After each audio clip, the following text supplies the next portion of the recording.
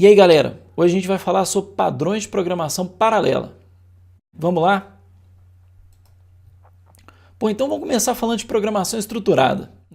A programação estruturada é aquela que a gente já conhece, né? É a programação sequencial que é composta, né, geralmente pelos seguintes padrões. Você tem estrutura de seleção, de repetição, né, os if, else, for. Você tem funções, recursividade. Esses são padrões que acontecem comumente nos nossos códigos sequenciais. E geralmente, quando que uma coisa chega a virar um padrão, né? É quando ela vira uma boa prática de programação. Então, se aquilo é muito utilizado e existe uma melhor forma de fazer aquilo, aquilo se torna um padrão. Por isso, com o tempo, por exemplo, o GoTo não é mais utilizado. Por quê? Porque usar um GoTo não é fácil de manter um código que tenha GoTo. Então, quais são as vantagens de ter programação estruturada, né? Você melhora mantendo a habilidade do software, né? Fica mais fácil de manter o software. Você aumenta o reuso de software, mas existe um problema com a programação estruturada tradicional. Ela serializa o código, sendo que não precisaria na prática. Então vamos ver qual que é esse problema da serialização, né? Então, a serialização a gente assume uma máquina sequencial. Então a máquina abstrata que a gente está trabalhando é uma máquina sequencial. Então possui uma ordem temporal e é determinística. Quais as vantagens, né, disso? A gente tem o código fica fácil de fazer, de depurar, de testar. Essas são vantagens que a gente tem. Só que por outro lado, isso limita o paralelismo sem necessidade, porque a gente vai fazer coisas sequenciais, sendo que elas poderiam ser feitas em paralelo. Mas só que tem uma desvantagem na hora também que a gente paraleliza as coisas, né? A gente tira a serialidade. Porque o paralelismo, por exemplo, ele não é determinístico. Então a gente perde essa propriedade que é importante. Então vamos para um exemplo de serialização. Então imagina que você tem um programa que você está procurando se uma palavra aparece ou não em um conjunto de páginas na web, né? Então você está fazendo uma busca por uma palavra em várias páginas. Então vamos ver um código que faria isso, né? Então se a gente ver esse código aqui, a gente vai reparar o quê? Que a gente vai de 0 até o número de páginas e para cada página a gente está buscando a palavra naquela página e retornando se ela é encontrada ou não. Se a gente for ler esse código aí, como é que a gente vai ler? Buscar a palavra na página I, depois na página I mais 1, depois na página I mais 2. Por quê? Porque esse for aqui, ele força uma serialização no seu código. Você assume que o 0 vem depois do 1, depois vem o 2, depois vem o 3 e assim por diante. Então, como é que a gente quebra essa serialização? Então, realmente essa busca da página ela precisa de acontecer a página 0, depois a página 1, depois a página 2? Precisa de ser nessa ordem exatamente? Não. As operações de busca elas são independentes. Eu posso procurar a mesma palavra em diversas páginas, milhões de páginas ao mesmo tempo, certo? E como é que a gente faria então para quebrar a serialização disso? A gente precisaria de um novo tipo de for, que é o que a gente chama aqui de parallel for, certo? Esse parallel for, ele quebra essa serialização, né? De falar que tem que primeiro fazer a página 0, depois a página 1, depois a página 2. Aí a gente lê esse parallel for de uma forma diferente. A gente lê que a palavra pode ser buscada em todas as páginas e ao mesmo tempo, ou seja, em paralelo, certo? Então o parallel for quebra a serialização. Então a gente chega na programação paralela estruturada, que é justamente o que? A gente tem aqueles padrões que funcionam na programação sequencial, mas a gente também existe padrões na programação paralela. Então, a programação paralela estruturada, né, ela é composta por padrões paralelos ou esqueletos paralelos, ou esqueletos algorítmicos, né, tem vários nomes para a mesma coisa. E quais seriam exemplos, né, desses padrões? A gente tem o fork join, map, o reduce, o scan, o stencil e vários outros padrões aí que são recorrentes. Esses padrões, o que eles fazem? Eles capturam a estrutura ali comum desses programas paralelos, né? Como que eles sincronizam, como que eles dividem os dados, como eles dividem a computação. E a grande vantagem desses padrões, quando você usa um padrão, você não tem que preocupar com certos problemas de paralelismo. Por exemplo, você não vai precisar usar threads explicitamente, criar e matar a thread. Você vai remover, né, algumas restrições que você tem no programa serial, etc. Bom, então vamos num primeiro padrão aqui para a gente estudar. Esse aqui é o mais simples de todos, se chama fork join. O que o fork join faz? Ele permite, né, que uma mesma seção de código seja executada em paralelo por várias threads trabalhadoras, certo? Então, ele meio que replica um determinado código para várias threads no seu processador. Então, uma thread mestra, né, que ela vem sequencialmente executando, ela quebra em várias outras threads, certo? Que a gente chama de mestres trabalhadores ou mestres escravas. E para cada thread, o mesmo código vai ser o que? Executado. Quando todas terminarem, que não precisa ser exatamente ao mesmo tempo, né? Mas elas vão ter que em algum momento se sincronizarem novamente, elas vão fazer um join. E aí você volta a ter uma thread mestra, que é uma thread sequencial. Então, vamos ver aqui um desenho mostrando isso. Então, você tem a thread mestre, ela tem aqui algumas operações que ela está fazendo, de repente vem um fork, ou seja, ela pega a thread e cria outras threads escravas. Aí essas threads escravas vão estar lá fazendo o processamento, o mesmo processamento, certo? Esse é um detalhe de fork join, você repete, é o mesmo processamento em todo mundo. Só que umas demoram mais, outras demoram menos, mas o importante é que o quê? Em um determinado momento, todas vão ter acabado. Né? Geralmente, o tempo daqui demorou mais. E aí, quando todas atingirem essa barreira, você vai ter o join, que é justamente agora pegar todas essas threads, matar essas threads, né? Ou botar elas para dormir pelo menos, e elas vão juntar de novo e você vai ter a thread mestre que vai continuar executando. Certo? Então, esse é o modelo mais simples de padrão de programação paralela que a gente tem. Qual que é um outro bastante utilizado? É o map.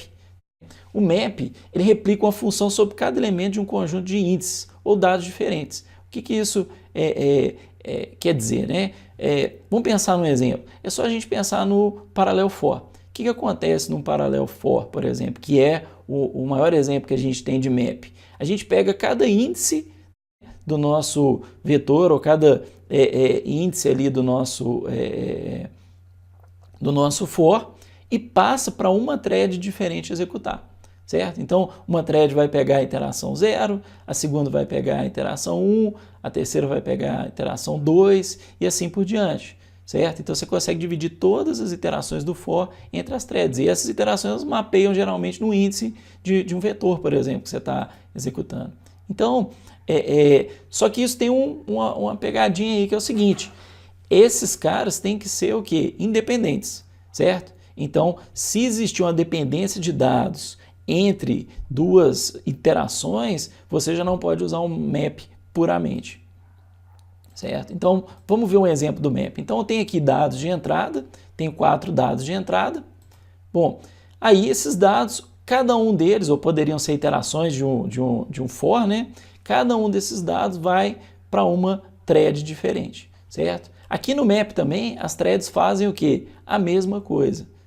Isso é o que a gente chama de paralelismo de dados, né, de uma forma mais geral. Então, cada thread pega e executa, umas podem demorar mais ou menos, e no final, todas as threads vão o quê? Cada uma gerar um dado de saída, que geralmente é o dado de entrada modificado por um conjunto de operações ou por uma função. Um outro padrão muito comum que a gente tem é o reduce, certo? O reduce, o que ele faz? Ele combina cada elemento de uma coleção de elementos, geralmente em pares, utilizando um operador até que reste o quê? Um único elemento. Então, exemplos disso, né? Você quer realizar um somatório de inteiros, por exemplo, vai somando 2 a 2, vai juntando até ter o resultado final. Encontrar o maior valor em um vetor, por exemplo, certo? Existem vários exemplos de redução. Bom, então vamos pegar aqui e ver como é que funciona. Então imagina que a gente tem 4 dados de entrada. Então tem aqui 1 e 2 e 3 e 4. Então, numa primeira etapa, né, você vai fazendo uma redução aí em árvore. Então você tem 1 e 2, você aplica uma operação neles, com uma thread, por exemplo, aqui eu estou usando a soma, ao mesmo tempo que a gente está fazendo 3 e 4. Num segundo instante, o que a gente faz? Pega a soma de 1 e 2 e soma com a soma de 3 e 4, certo? E aí, nesse instante, a gente vai ter o quê? Um valor final, que vai ser o quê? o somatório de todos os elementos. Então, ao invés de a gente gastar 3 etapas, né, que a gente ia ter que somar 1 com 2, depois com 3, depois com 4, a gente conseguiu fazer em 2 etapas. Somamos 1 e o 2 primeiro, depois o 3 e 4, ao mesmo tempo, e numa segunda etapa a gente só precisou somar essas duas somas. Então, vocês já escutaram falar, provavelmente, MapReduce, que na realidade é a combinação do Map com Reduce, que é muito utilizado no Google, né? E você tem uma linguagem que chama o Hadoop, que você pode utilizar para poder utilizar esse padrão especificamente. Bom, outro padrão muito interessante que é usado em processamento de imagens é o padrão Stencil, né? O Stencil é uma generalização do Map. Então, cada função faz a mesma coisa que o Map. Você tem ali os elementos de entrada e para cada elemento você vai gerar uma saída. E eles são independentes. Só que o Stencil, além disso, para cada elemento ele depende de uma determinada vizinhança. Então, porque ele tem vizinhança, né, a gente precisa de tratar as condições de borda, né? Então, às vezes a gente tem que ver se existe um vizinho realmente para tratar, principalmente nas quinas da imagem, né? Então, exemplos disso são geralmente exemplos de processamento de imagem. Então, a gente tem convolução de imagem, detecção de quinas, simulação de nuvens, por exemplo. Todos esses caras são exemplos de Stencil, né? Então, vamos ver como é que o Stencil funciona. Então, a gente tem aqui os elementos de entrada, elemento 1, 2 e 3. Só que cada elemento desse vai ter alguns vizinhos. Então, imagina uma matriz, né, que você tem uma vizinhança. A vizinhança pode ser de qualquer forma. Que eu coloquei 4 vizinhos, mas poderiam ser 8, poderiam ser uma máscara maior. Aí você tem o elemento 2 com esses vizinhos aqui e o elemento 3 com essa vizinhança. O que acontece? Cada elemento desse é atribuído para uma thread. As threads podem também executar mais rápido ou mais devagar, dependendo do processador, dependendo de várias coisas. E você gera um elemento saída, que é baseado no quê? Em alguma operação que envolva os vizinhos. Então, a única diferença para o Map é essa. Você precisa o quê? De estar envolvendo os vizinhos, né, para poder fazer o processamento. Bom, um outro padrão muito comum é o padrão Scan. Ele computa as reduções parciais de uma coleção de elementos, ou seja, para cada elemento ele executa uma redução parcial que é computada até o elemento atual. Então, um exemplo disso, por exemplo, é um somatório parcial. Se você vê um código tipo esse aqui, ó, você vai estar de frente para um scan. Então, esse scan aqui, por exemplo, olhando para o código, dá a impressão que não tem como paralisar, porque essa interação atual depende da interação anterior, certo? Mas a gente vai ver que é possível paralelizar mesmo quando existe esse tipo de dependência aqui. Então, vamos para o exemplo do scan. Então, suponha que eu tenho esses 4 números aqui, né? E eu quero calcular o somatório parcial de cada um. Ou seja, eu quero a soma até chegar no 1, a soma até chegar no 2, a soma até chegar no 3, a soma até chegar no 4. Então, se você notar, são várias reduções, né? Redução até o primeiro elemento, até o segundo, até o terceiro, até o quarto. Então, como é que isso vai funcionar? Então, vamos pensar aqui primeiro. A soma até o 1 a gente já tem, ela está pronta. Então, a gente já pode gerar a saída para ela.